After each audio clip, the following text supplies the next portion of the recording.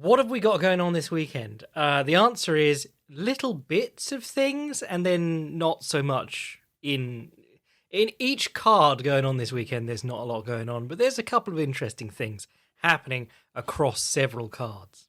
You got one card's worth of content across multiple organizations. So honestly, don't know how long I'm going to be able to get out of this UFC card and some of the other interesting fights going on. But we'll ramble for a bit, and then we'll do some questions, and then if worst comes to worst, I'll work off the rest of the time by talking about Psychonauts 2 and Twin Peaks, the two things that I've been binging this week. I never did my full Sopranos review. I'm going to have to do that. I'll do a Patreon episode where I'm just like, how good was The Sopranos? And then all the comments can be like, have you seen The Wire yet, Jack? So anyway, this weekend we have a thoroughly cursed card. In part because it was supposed to be in London, I believe, and then they had to move it. I'm not sure why, because there are events going on in the UK now. So, yeah, I mean, don't know what happened there. But that would explain why you've got, your Darren Till main event, Tom Aspinall co-main event, Paddy Pimblett making his UFC debut, Molly McCann, and Jack Shaw on the card. But there were also a heap of cancellations. Like, Nathaniel Wood was supposed to be on the card. He's withdrawn. Lerone Murphy, he had visa issues. Alexander Gustafsson versus Paul Craig is off because Gustafsson's injured. And then you got, on this card, Tom Aspinall, David Zawada, Jonathan Martinez, Charles Jourdain, and Jack Shaw were all supposed to be fighting other people. So this is a card made up of last-minute swap-outs. So on the one hand, that's kind of like, bit weird. But on the other hand, that's, opportunity for chaos to happen. Most often when you get 2-3 months to train and it's the best versus the best, the better guy or the better prepared guy will win. Whereas if you switch everyone's opponent at the last minute, you never know what's going to happen. Oh, I'm on the breakfast tea because we ran out of Earl Grey. And it's rank, if I'm honest.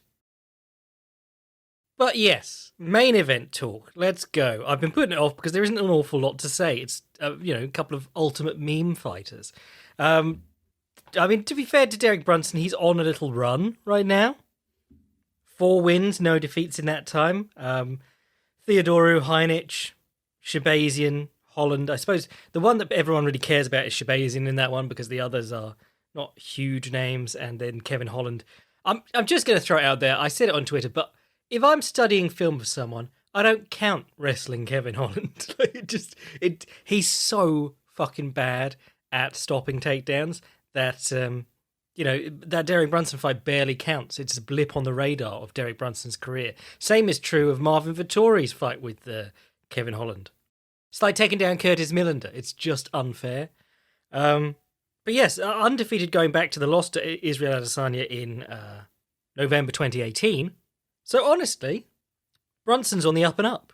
Darren Till, meanwhile, has the most underailable hype train ever built because he's won one fight since 2018 and people are still hype on him. He's still in a main event. I mean, it helps that he's a bit of a memeable character. He's a funny lad, but he got absolutely blown out by Tyron Woodley in September 2018. Did decently against Jorge Masvidal, but got caught and knocked out flat. 2019. Came back and fought Kelvin Gastelum and actually put in a good performance, but won a split decision, and then lost to Robert Whittaker. So, he's kind of in the same situation as Kelvin Gastelum, except he's beaten Kelvin Gastelum, which is like, people go, well, I can see how good he could be, so a win over him still matters, but his record just isn't looking great in recent years. Both of these guys, extremely strange styles. Derek Brunson, until recently, was just running chin first. His chin literally looks up at the ring lights. It's incredible.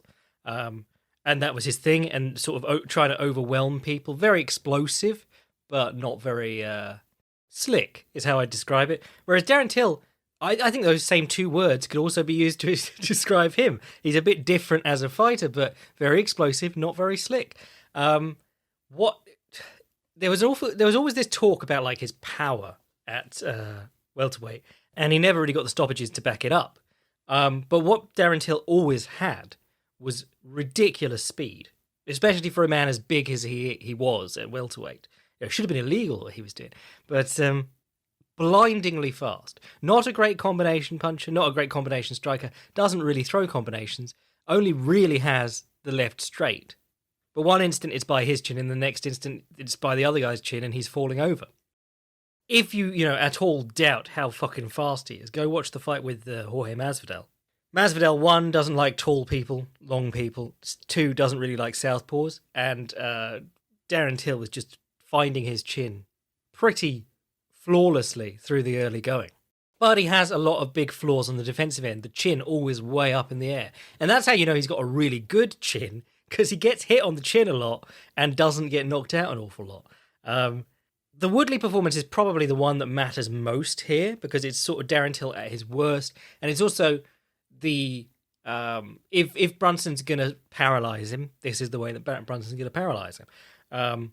Tyron Woodley beat Darren Till by ducking into the clinch whenever Till came close enough and threatening the takedown. And then the way that Darren Till's striking works is flappy hands and then a good left straight. You can watch any of the sparring footage of him with like bigger lads. You can watch any of his fights. But yeah, he waves his hands around erratically, feinting, and then he throws his left straight. And it's very, very quick. But he doesn't have any setups.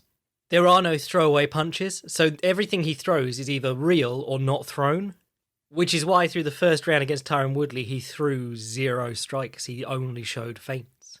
And then he went back to his corner and they were like, you need to throw some fucking strikes. Comes out for the second round, no feints, just runs straight out and throws a left straight. And Woodley has no bother at all timing a pull counter because there's nothing to confuse him.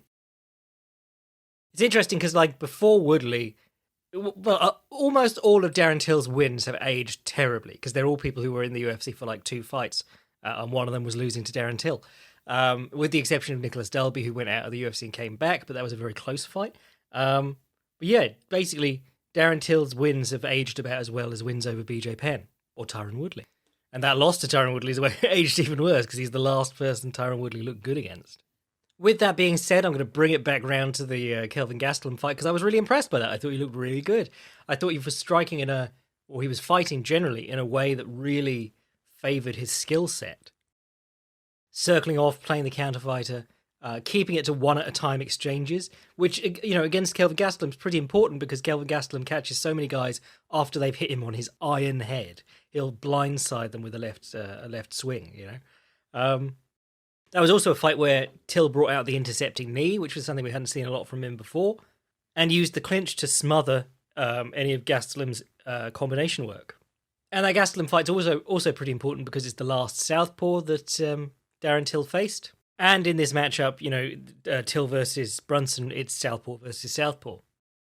Now, for Brunson's part, the career resurgence, his 4-fight winning streak, but the career resurgence basically hinges around the win over Edmund Shabazian, because that was the one where he actually looked good, and we all went, damn, Derek Brunson's put it together now, and now we've not seen that since that fight, because he fought Kevin Holland, got slapped a couple of times, but basically took effortless takedowns for, was it 5 rounds? Yes, it's been a while, but might as well recap what I liked he was doing against Edmund Shabazian, which was striking effectively into takedowns and using the threat of the takedown to set up more strikes. Doesn't sound that hard, but it's taken him a whole career to work it out.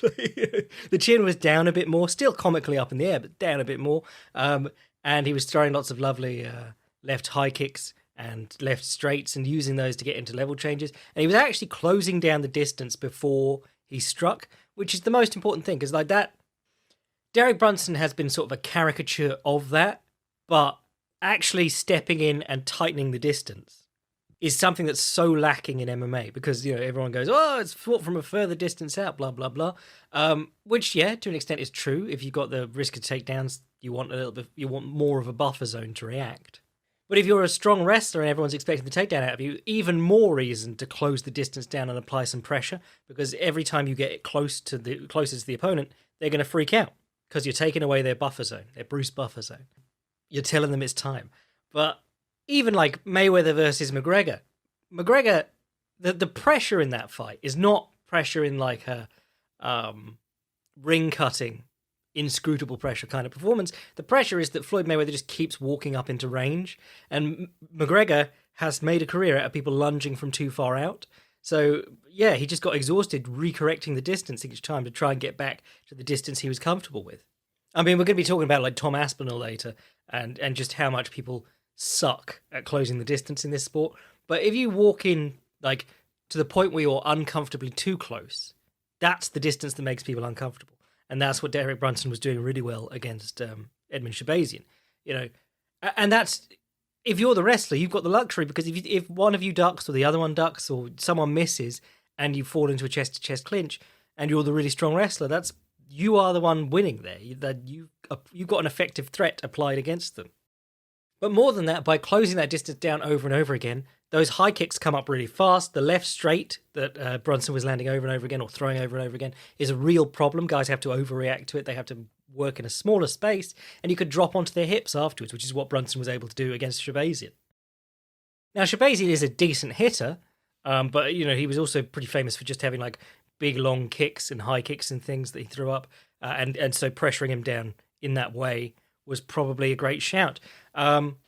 I don't know if he had the same threat of the counterpunch as Till, because Till is so quick. So really, like that's the question for me at the start of this fight is, will Brunson be happy walking up to Darren Till? If he can keep walking up to him and pressuring him and threatening to get chest to chest with him, I think Darren Till could be in for a long night. And it also sort of dictates what kind of Darren Till we see. Because I've seen him do two different things. I've seen him do the pressure fighting, which is what he was doing when he was just blowing through the guys who are no longer in the UFC, but like just walking them down and smashing them. Or Donald Cerrone, that was a horrible stylistic matchup for Donald Cerrone. Someone was telling me that Till read my articles for that fight, which is good. But that fight between Till and Cerrone, Till just walks him to the fence immediately, puts him under pressure and snipes him. But he can do the same thing on the back foot now, like he was doing it against Kelvin Gastelum. He was trying to do it to a degree against Whittaker at points, but less successfully because, again, Whittaker is also so fast in his own right and has a much deeper bag of tools. Did stop 75% of takedown attempts from Whittaker in that fight, though, which was pretty good. But yes, I mean, Darren Till, limited skill set in terms of like the tools he uses, but that just means that he can do it in two different ways. He can go forward doing it and go backwards doing it. And that's useful, and I suspect it's going to be important here, because if he goes forward and pressures Derek Brunson and Brunson gets scared, you're going to see Brunson running in and out, you're going to see Brunson taking bad shots, and you're probably going to see Brunson get hurt with counterpunches. But if Derek Brunson comes out and is like, I will comfortably just fall chest to chest with you if you keep walking forwards, and Brunson puts him on the back foot, you're going to, it'll be interesting to see how that fight plays out. Now, in the Southpaw versus Southpaw matchup, you'd expect that the left hand could be taken away a bit by Brunson, just by carrying the lead hand high. Normally we say the line of the shoulder is the important thing, because the line, if you want a shoulder roll, when you're in the same stance as the opponent, it's their rear hand that's firing onto your shoulder. So if you're throwing like naked rear hands at a good boxer, it's probably not going to work.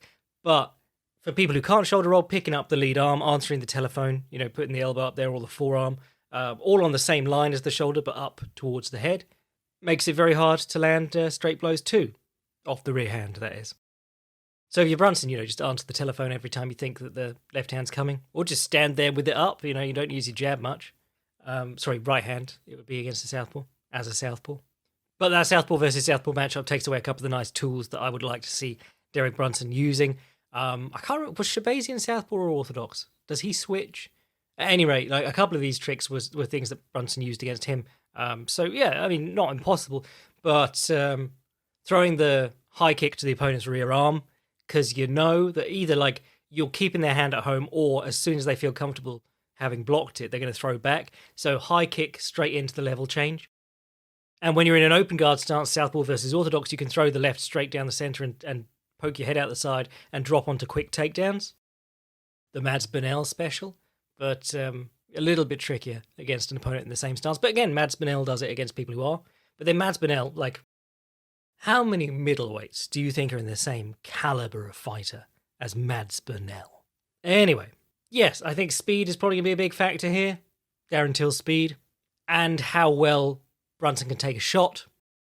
how well he can and how well he can work when he's been dinged, because I feel like most of us are expecting Derek Brunson to get chinned fairly early, and then how he reacts to that will dictate how the fight goes. Well, that's that one out of the way quite quickly. Let's get on to the rest of this desperate card then.